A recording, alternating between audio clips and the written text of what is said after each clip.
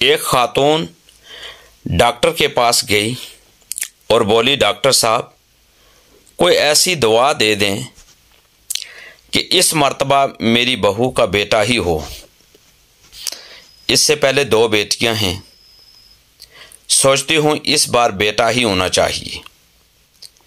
تو ڈاکٹر نے جواب دیا، میڈیکل سائنس میں ایسی کوئی دوائی نہیں ہے جو میں آپ کو دے سکوں۔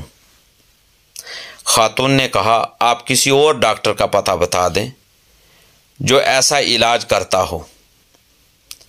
تو ڈاکٹر نے کہا کہ آپ نے شاید بات غور سے نہیں سنی، میں نے یہ نہیں کہا کہ مجھے دوائی کا نام نہیں آتا، میں نے یہ کہا ہے کہ میڈیکل سائنس میں ایسی کوئی دوائی نہیں ہے جو میں آپ کو دے سکوں یا جس کے بارے میں آپ کو بتا سکوں۔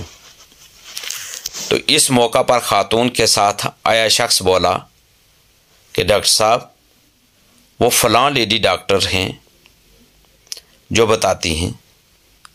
تو ڈاکٹر نے بات کاٹتے ہوئے کہا کہ وہ جعلی ڈاکٹر ہوگی۔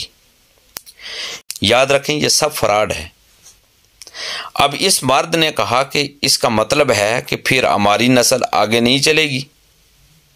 تو ڈاکٹر نے کہا کہ یہ نسل چلنا کیا ہوتا ہے؟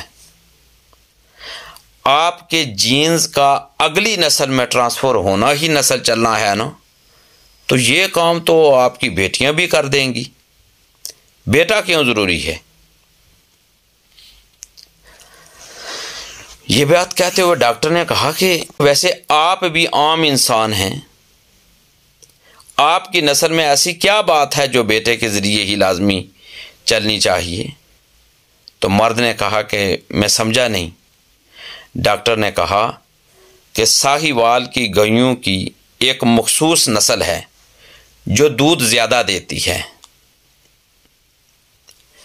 آپ تھوڑا سا سوچیں کہ بالفرض اس نسل کی ایک گائے بچ جاتی ہے تو پریشان ہونا چاہیے کہ اس سے آگے نسل نہ چلی تو زیادہ دودھ دینے والی گائیوں کا خاتمہ ہو جائے گا۔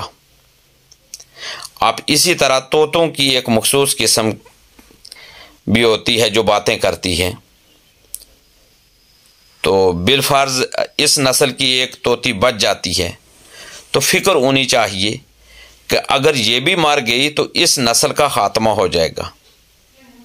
آپ لوگ عام انسان ہیں، باقی 6-7 یا 7.5 پونے 8 ارب کی طرح۔ آخر آپ لوگوں میں ایسی کون سی خاص بات ہے؟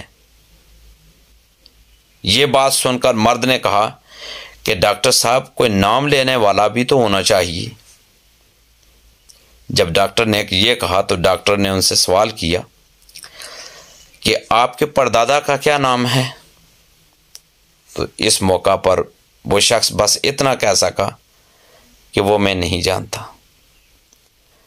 ڈاکٹر نے کہا مجھے پتا ہے آپ کو نام نہیں آتا تھا، آپ کے پردادا کو بھی یہ ٹینشن ہوئی ہوگی کہ میرا نام کون لے گا، اور آج صرف ایک نسل بعد اس کی اپنی اولاد کو اس کا نام بھی پتہ نہیں ہے۔ جبکہ دوسری طرف میں آپ کی توجہ دلانا چاہوں گا، علامہ اقبال رحمۃ اللہ علیہ کو دیکھو، آج گزرے کئی سال ہو گئے، آج لوگ ان کی شاعری کی وجہ سے انہیں جانتے ہیں۔ اب غیر مسلموں میں دیکھ لو، گنگا رام کو دیکھو کہ مرے ہوئے کافی سال ہو گئے، لیکن لوگ آج بھی گنگا رام اسپتال کی وجہ سے گنگا رام کو نہیں بھولے۔ عیدی صاحب مر گئے لیکن نام ابھی بھی زندہ ہے اور رہے گا۔ آپ دیکھ لو کہ جن کی زندگیاں دین اسلام کے سنہرے اصولوں کے مطابق اور سنہری تعلیمات کے مطابق بسر ہوئی ہوتی ہے۔ آپ داتا علی حجویری رحمۃ اللہ علیہ کو دیکھ لو، آج 1000 سال سے زائد کا عرصہ ہو گیا ہے۔ خواجہ معین الدین چشتی اجمیری رحمۃ اللہ علیہ کو دیکھ لو، شیخ عبد القادر جیلانی رضی اللہ تعالیٰ عنہ کو دیکھ لو، خواجہ قطب الدین بختیار کاکی رحمۃ اللہ علیہ کو دیکھ لو، اور اسی طریقے سے وہ عظیم نام کے جن کی زندگیاں قرآن اور صاحب قرآن حضور تاجدار کائنات صلی اللہ علیہ وآلہ وسلم کی سنت کے مطابق زندگی بسر ہوئی، ان سب کے نام آج زندہ ہیں۔ اولاد پیدا کر کے نام زندہ رکھنے کے چکروں سے نکلو، کوئی ایسا اچھا کام کر جاؤ کہ لوگ نام یاد رکھیں، ورنہ اپنے آپ کو ڈائنوسار نہ سمجھو کہ اولاد نہ ہوئی تو تمہاری نسل معدوم ہونے کا خطرہ ہے۔ اس دنیا پر پہلے ہی آبادی کا بڑا بوجھ ہے۔ پوری کوشش کریں کہ آپ کی جو اپنی زندگی ہے اس کے اندر کوئی کام ایسا کریں جو آپ کو ہمیشہ زندہ رکھے، لوگ آپ کی یاد کو ہمیشہ اپنے دلوں میں تازہ رکھیں اور زندہ رکھیں۔ وہ تبھی ہوگا کہ جب آپ کی زندگی دین اسلام کی سنہری تعلیمات کے مطابق بسر ہوگی، حضور تاجدار کائنات صلی اللہ علیہ وآلہ وسلم کی سیرت کے مطابق بسر ہوگی، پیارے آقا صلی اللہ علیہ وآلہ وسلم کی سنتوں کے مطابق بسر ہوگی۔ اور پھر جب اللہ کی مخلوق کے لیے آپ کوئی کارہائے نمایاں سر انجام دے کے آپ اس دنیا سے جائیں گے تو اس کام کی وجہ سے آپ کا نام زندہ رہے گا۔